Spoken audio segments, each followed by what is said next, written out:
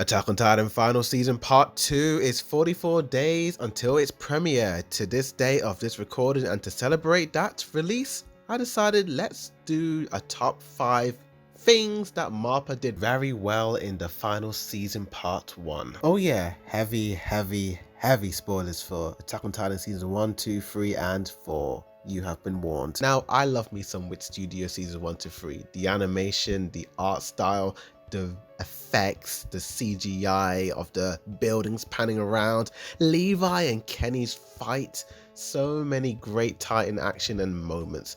But with WIT Studio saying sayonara to One Shingeki no Kyojin and Mappa taking up the mantle, fans have been pretty damn polarized by the final season Part 1, with a large majority of them saying they loved it, or another large majority saying that they kinda hated it. But I decided let's do a top 5 things Mappa did better than WIT. This is my opinion, so without further ado, let's get on with this. And coming in at number 5 is the voice acting. Now, Shingeki no Kyojin's voice acting was always top tier in season 1 to 3. The Japanese dub was amazing. From Mikasa and Eren screaming when Boy Levi had to decide Erwin or Armin, to Eren screaming to his mother when the Smiling Titan took a bit of a bite out of his mom's neck. Shingeki was always at the top, but season 4, they kinda elevated it. This season had an extra layer that felt way more grounded in reality than the previous seasons. From Reiner's breakdown in episode 5 to Nicolo's distressing realization that Gabi killed Sasha,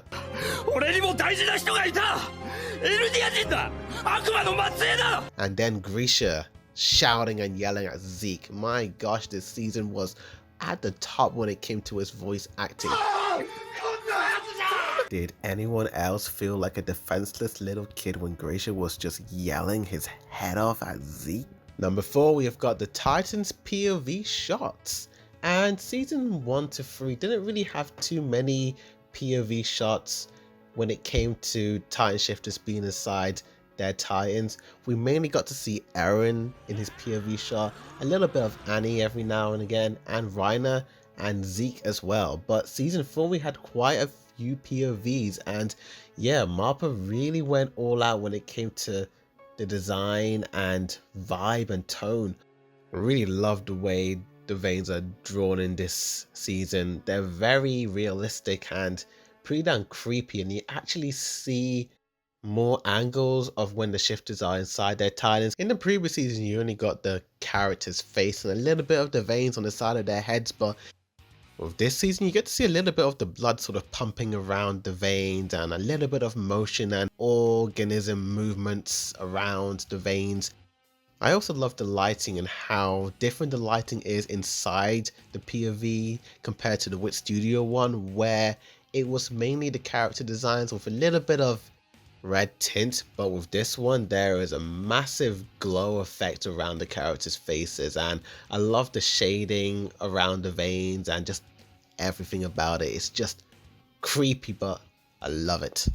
Number 3, the subtle character animations in smaller scenes. Despite that beautiful Sakagu we used to get from the previous seasons of the scouts spinning and flying around the air, which wasn't used in this season as much, there were some beautiful subtle character animation, like Gabi smashing the guard with the brick, to Udo's rant about Eldians and their place in the world with that rotoscoping in episode 2, to the brutality of Eren versus Armin in episode 14.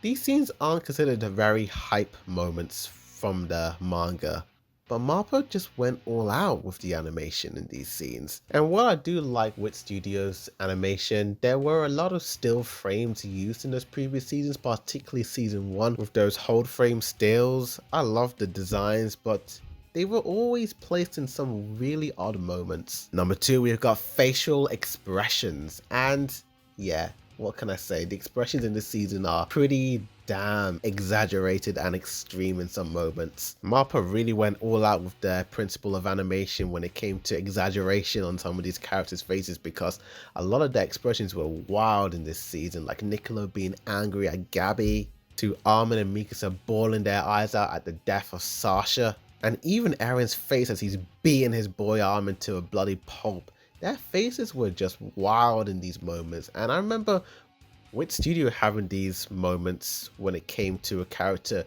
really feeling an intense emotion, but it would always happen when they were really angry or really upset. But the number one thing that Mappa did better than WIT Studio was the CGI. And yeah, the CGI, depending on who you talk to, is a pretty damn controversial topic.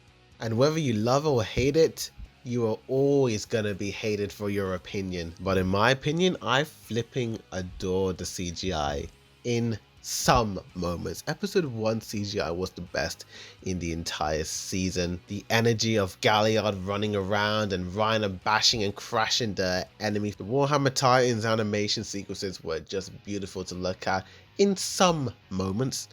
But when you compare it to the CGI of Season 3 and Season 2, I mean, it is night and day. Mappa know what they're doing and they're doing it well. But tell me in the comments down below what you guys thought of this list. Did you like it? Did you hate it?